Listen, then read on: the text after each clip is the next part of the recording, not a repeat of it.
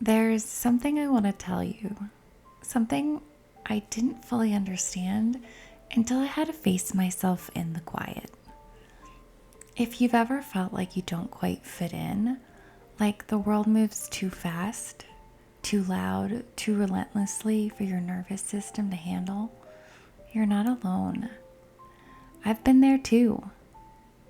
I spent nearly 2 decades in corporate boardrooms, coaching CEOs, managing pressure filled rooms, pretending I wasn't overwhelmed. I worked in the tech industry, maybe because, unlike some other sectors, tech tends to attract more introverts, people who, like me, need space to think before speaking. But even then, I often found myself in environments where being quiet was seen as a flaw, and sensitivity was treated like weakness. I was praised for being calm under pressure, for making things happen without making a scene. But inside, I was unraveling. I absorbed every tense meeting, every unspoken expectation. I had anxiety before big presentations, then would just pick myself up and smile through it. That's what we're taught to do, right? Be tough, don't take it personally, grow thicker skin. But I didn't want to be hardened. I wanted to be whole. Everything came to a head when I was diagnosed with cancer. Suddenly, all the masks I wore, professional, polished, endlessly capable, fell away. My body demanded more than just healing from illness. It asked for a new way of being. I learned that you don't have to earn rest through exhaustion. You're allowed to live gently. So I left. I left the career. I left the city. I moved to the Rocky Mountains and started over. Not just with my lifestyle, but with my beliefs and what it means to thrive. Thriving for me meant no longer measuring my worth by how much I could endure. It meant reclaiming my sensitivity as a gift, not a liability. And it meant building a life that fit me, not the other way around. Hello, wonderful world. I'm Lauren. I've been a business and life coach for the last 13 years. I live in the natural beauty of the Rocky Mountains with the love of my life, Jackson. Most people know him as Dr. Crawford, linguist and professor of all things Old Norse. It's a simple life, a good life, the one I've always dreamed of having, and I'm grateful every day. It was a long journey to get to this place. I'm sure you understand. Out here, we move slowly. We savor. We believe in kindness, love, and creating memories. Thanks for coming by. Stay a while, join us, and we'll share our stories of how we got here and where we're going. Welcome to The Slower Way. You don't have to match the noise of the world to matter. Slow living saved my life. It gave me room to feel again. It let me return to rituals that ground me. Journaling, cooking, noticing the way light hits the mountains in the morning.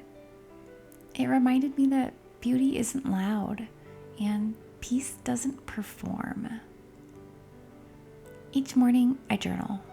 Not because I'm trying to be productive, but because I want to start the day rooted. I write down what I'm grateful for, what I hope to feel, and one thing I'll say no to. That practice has helped me listen to myself again. Sensitivity is not a weakness. It's a deeper way of seeing. I've learned that now. I used to feel broken for needing more rest. Now I see that rest is a form of strength. Boundaries are strength. Saying no to what drains me, strength. As an introvert, I've learned to treasure deep connections over constant interaction. I don't need a room full of people. I need truth and tenderness and time to be myself. If that resonates with you, you're not wrong or weird or behind. You're human. And here's the truth. I wish I'd known sooner. Being introverted isn't just okay, it's a superpower. Our ability to listen deeply, to observe, to feel before we act, that's not a disadvantage, that's wisdom.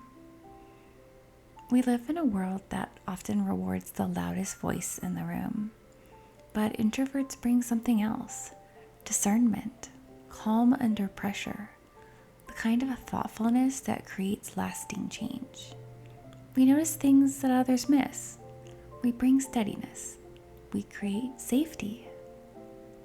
So, if you've ever felt like you're too quiet, too sensitive, too much, or not enough, know this: you're not. You're built for depth, and the world needs that more than ever. Introversion isn't a limitation, it's your edge. Maybe your power isn't in being seen first, it's in being felt most deeply. Success doesn't have to mean climbing ladders that lead you away from yourself. Maybe for you, success is a quiet morning, or a creative spark, or the feeling of not needing to prove anything anymore. If what you're craving is something softer, something more real, it's not out of reach. That strength you're looking for, it's already inside you. You were never meant to be loud to be loved. You're always meant to be exactly who you are. If this spoke to your heart, I invite you to join me here in the slower way. Subscribe, comment, and connect. Let's keep building a life that fits who we really are, quietly, authentically, on purpose.